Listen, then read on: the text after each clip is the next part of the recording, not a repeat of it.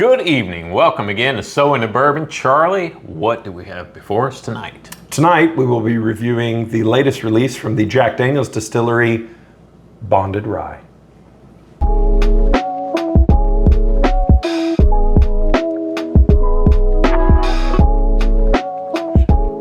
All right, Jack Daniels Bonded Rye. Charlie, this has just been the year of Jack Daniels, hasn't it? Every time you turn around. We did an episode, our last episode about Jack Daniels is Jack Daniels here to rescue us all? And they might be, because they keep putting out this amazing product, release after release after release, and it's priced right, and it's delicious, and it's proofed right, and it's just, So if you haven't tried the new Jack Daniels, you should, and shame on you for not trying it. So what do we have tonight? So tonight we've got a bottled and bond rye.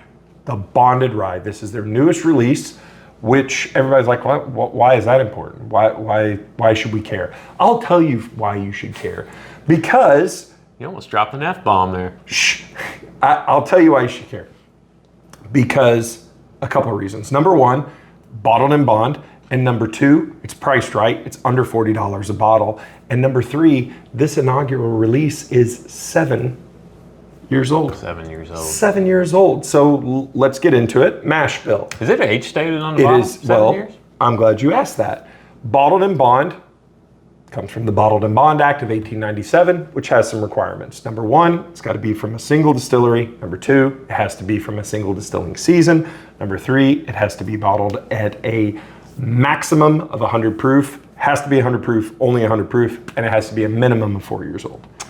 So if you see bottled and bond, you know it's at least 4 years old. It can be older, it can have an age statement, but it is at least 4 years old. All that to say that no, it is not age stated on the bottle. Hate you, Glenn. Anyways, mash bill of 70% rye, 18% corn, and 12% malted barley. Do you know what's significant about that mash bill? Tell me. When they first decided to start making rye, that was the first new grain bill that Jack Daniels had come up with in 100 years. That is awesome. Do you know what else is significant about this mash bill? Tell me. So to be a straight rye whiskey, just like being a bourbon, to be a rye, you have to be over 51% corn. So there are many ryes that are 51% corn and then the other stuff. There are also straight ryes that are 95% rye. This is that kind of happy medium to where it has a very high rye content but still has 18% corn and 12% malted barley, which Jack Daniels is doing some crazy awesome things with the malted barley. They are, and like we said before, Jack Daniels has just been rolling out new product after new product. Everyone we've tried this year has been spot on. So is this the night that we find something that we don't like? They put out that we don't like? Probably not. But I will tell you one last thing before we start eyeing and nosing and drinking this. One of my favorite releases from this year, and one bottle that I tell people when they're like, hey, what should I go get? What am I missing out on? The triple mash from Jack Daniels, which is a blend of 3 of their mash bills. This is the base, the core of that, is the Bonded Rye, which when I read that, I was like, oh yes, because I love that triple mash. Yeah, it's good stuff. Charlie, what'd this set you back? $34.99 at a random liquor store. For a 7-year for a bottled and bond rye. From Jack Daniels. Has a nice light copper color. Yeah, but it's not super light. It's not super light, it's decent. but it's you know, it's not super brown either. Has great legs, great viscosity, kind of clings to the glass. A little syrupy, moves around nice. I'm nosing. Nose it. That's nice. That's just the good old straight up Jack Daniels / punch you in the mouth rye. Man, that is so like you smell the rye, you get that kind of rye spice of it, and if you're a rye drinker like me, like us, you know that smell like anywhere. I'm like getting pine. A little bit. but I also get like some sweet caramel. I also get some of that sweet flavor, that sweet aroma, and it's literally making my mouth water. Let's drink. God bless you, Jack Daniels.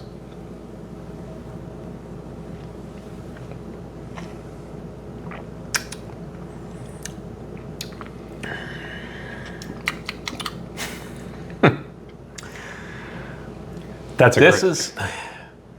You go ahead. You good. Go ahead. Knock it out. This is like a mullet. Business up front, party in the back. So you get that initial sweetness right up front, and then that rye spice just comes in, and it's not overpowering, but it's just enough to just kind of sit there on the back of your tongue and on the sides of your tongues and tongues. We only have one tongue, don't we? One. Most people. I'm going to say something. I'm starting to be concerned about how prolific a bourbon reviewer Glenn Hockersmith is getting, because he said this is a mullet, and I thought, what are we doing? What am I doing here? And then he tied it all together, and it is literally the perfect, like it's just, this is the perfect description of what this is. It is ultimately sippable. It has all of the rye character that you want, but if you're not a rye drinker, you will probably enjoy this because there is nothing overpowering about it. It's balanced. It's a little bit of rye spice, a little bit of sweetness, a little bit of, I mean, it's proof perfectly, 100 proof. Just enough of that Kentucky or Just Tennessee enough. hug. Just enough. Let's go back in.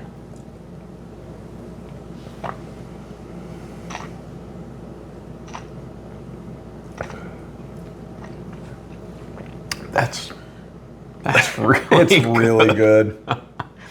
Just a little, just enough of the oak and a little bit of smokiness there. There is some, you know, one of the things, the Lincoln County process, the charcoal mellowing and filtering, that classic Jack Daniels of that kind of smoky charcoal, you get that and you get the oak on the finish. The front is just all kind of cascading sweet and spicy flavor. What a great bottle. That's a good bottle. What a great bottle. $34, $35. Great bottle. God, once again, Jack Daniels. Maybe here to save us all. You think this might make a good old fashioned? So we talk about checking boxes, right? What can you go buy now in this bourbon market that you are happy that you spent the money on and you don't feel bad about it and you don't have to line up and you don't have to win a lottery and you don't have to pay secondary price? This is a great bottle because you can drink it neat and you can drink it in a cocktail and it's going to hold up great in a cocktail, make a great flavorful cocktail, you know, a rye old fashioned or even a Manhattan. I mean, the sky's the limit. I mean, this is a great bottle of whiskey. It really is. This is a great bottle. Charlie, now that we've tasted this, I was lucky enough the other day to pick up a bottle of the Jack Daniels single barrel special release rye barrel strength from 2020. A friend here in the neighborhood had an extra bottle. Helped if I was showing the label. I think I was showing the label. He said he had too many bottles on his bar. Can you imagine? That poor too many guy. bottles on your bar? So this is, let's just talk about this particular Let's bottle. talk about it. Not that we're dismissing this bottle, but let's just set this aside for a minute. What this bottle has done is just blow up, right? Like this is what used to be readily available where you could find and you know, it would sit on a shelf. Single barrel proof ryes now are selling $300-400 on secondary. Yeah, so this is 2020 edition. I believe MSRP on it was $65. I paid $99 for this. Goodbye. It's going on secondary, I think, for $300 to $360. So, you know, if we weren't true bourbon lovers, we could flip this bottle, make a little bit of money, but we're not going to do that, are we? We're not going to do that. We're going to drink it. We're going to drink it because what a great comparison we will have to this bonded rye. I know what Charlie's thinking right now. This is going to be fun. He's thinking, Glenn can't open bottles. This is going to be a total failure. Thank you, Glenn. He'd be right. While he's opening, I'm going to tell you a little bit about this. So this particular bottle is 130.2 proof. You think you can handle that, Charlie? For those of you keeping track at home, that's a little proofy. A little proofy. Mash bill, 70% rye, 18% corn, 12% malted barley, just like the bonded rye. This is, I don't know what the bottle number is. They don't tell us. It's not age stated. We don't know how old it is. It's from Barrel House 1-02. 1-02. Barrel number 20-06879, and it was bottled on 11/5/2020. One thing about this. This does not say straight rye whiskey. Neither does the bonded. So what does that mean? Does that mean there could be something added to add color or flavoring? It does mean that could be possible. Do we know that to be true? Nope. Do I think that that's the case? No, I don't either. I think Jack Daniels chooses to just call it Tennessee rye. I think instead of straight rye. I think that is more about marketing and branding than any sort of malfeasance. Can we talk about this bottle? Can we talk about all Jack Daniels bottles? There's no reason to go this hard. Like, we're gonna buy it no matter what, but gorgeous single barrel bottles. This bonded bottle with this fluted neck, it's embossed on the back, it's embossed on the front. The bonded rye has the Bottled in Bond Act requirements of 1897 on the side. So you know what you're buying. And I know there's a guy out there right now who's thinking, oh, I don't give a shit what the bottle looks like or what it says. I just care about what's in it. But for most whiskey geeks like us, presentation matters. Presentation matters. And if it didn't matter, they wouldn't do it. That's right. They would sell it in a Capri Sun bag with a little straw and you just poke it. Going back real quickly to the bonded before we fall into this and just end the episode and drink it all. Why does Bottled in Bond matter? And the master distiller of Jack Daniels had a great point of, in today's bourbon market, it matters because it says that this is Jack Daniels product from Jack Daniels distilling season, and you know where it came from because there is a lot of source bourbon and source whiskeys around out there. And not that that's a bad thing always. Not that that's a bad thing. We're fine. Transparency is key. But as a consumer, when you see Bottled in Bond, it's a mark, a stamp that says you can be sure that this product was distilled at this location. It is 100 proof and it is a minimum of 4 years old. Absolutely. God bless America. Let's try this. This is slightly darker. Yep. Definitely a little darker. It is just a beautiful color. God, it's so gorgeous. I'm surprised it's not more viscous at 130 No, it proof. isn't. It's kind of a little light in the glass. I mean, puts a little ring at the top, but doesn't have a lot of legs quite yet. But which I think that's kind of typical for a super high proof.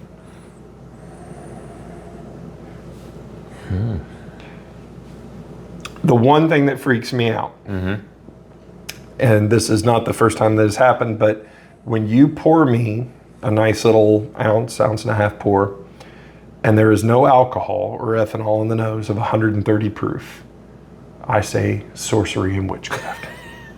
I get a little bit, but once again, it's not nothing that you would expect from 130 proof. I don't get maybe a slight more than the bonded. You know what's odd to me is I don't get that. Straight up, when I smell the bonded, I got the pine.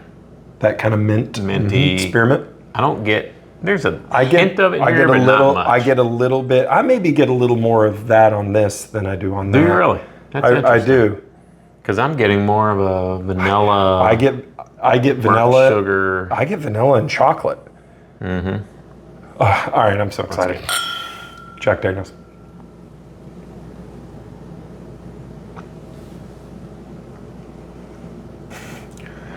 There's no way in hell that's 130 proof.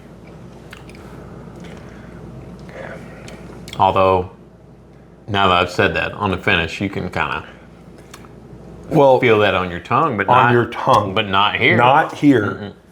It's all on your tongue. It's all on your palate. Good Lord. That is I don't know what to say. It's imagine someone says, describe a perfect barrel proof rye.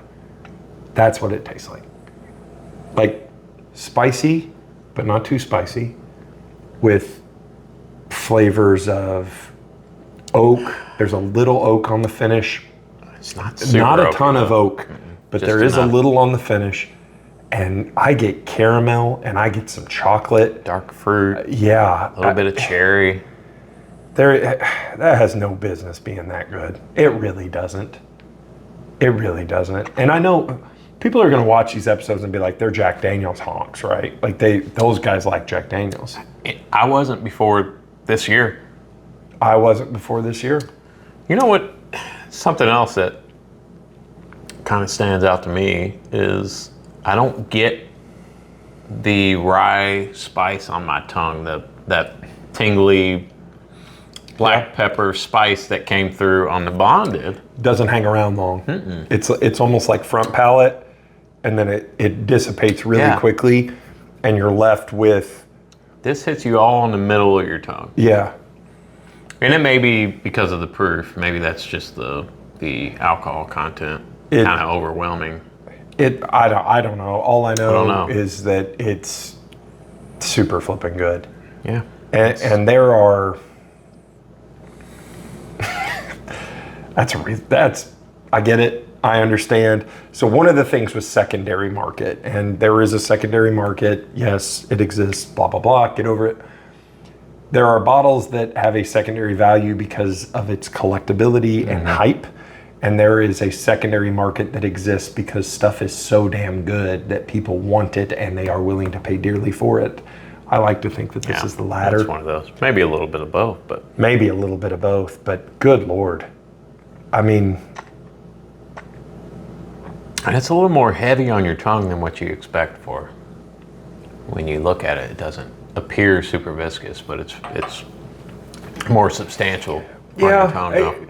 I'm not kind of overwhelmed by the mouthfeel of it. I expected it to be a little more viscous at 130 proof, but just in terms of just pure flavor and rye character and what you want to be, we've talked about this with any special bottle or special release, or anytime you're spending 70, 80, 90 bucks on a bottle, you want to be rewarded for your purchase, right? Like you want to be validated.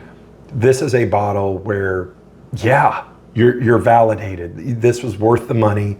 This is worth the hype. It's a great rye. It's sweet and spicy and flavorful and a little bit of oak character.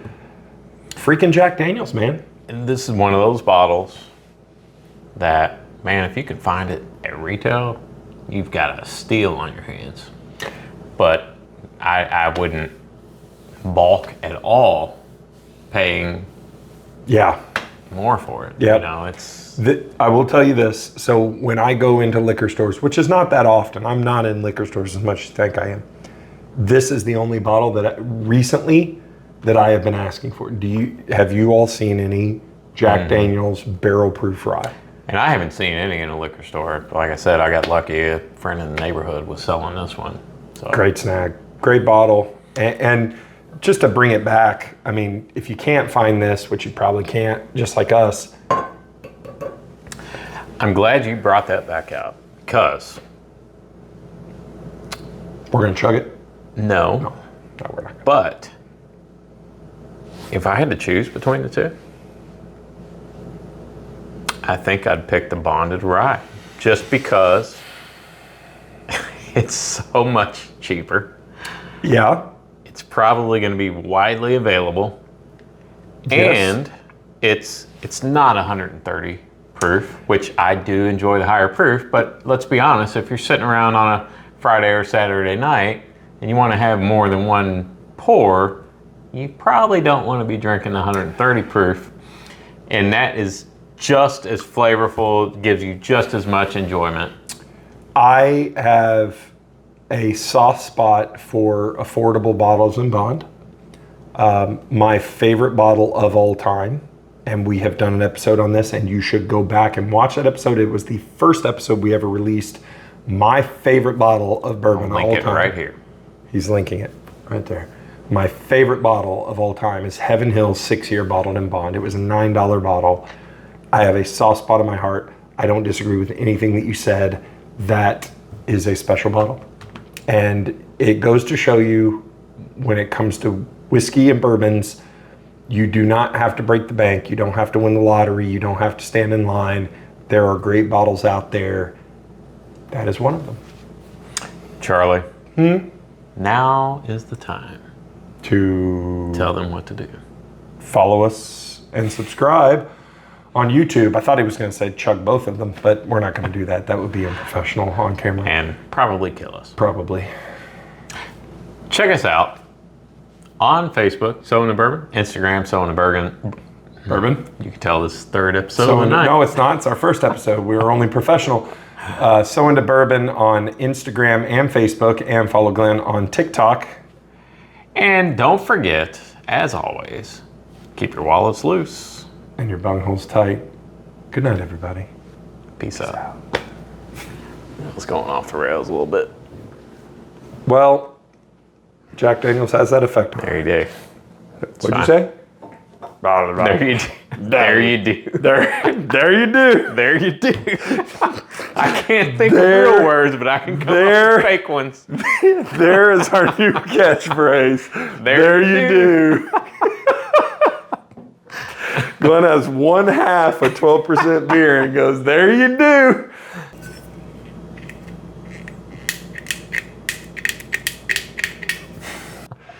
There you do.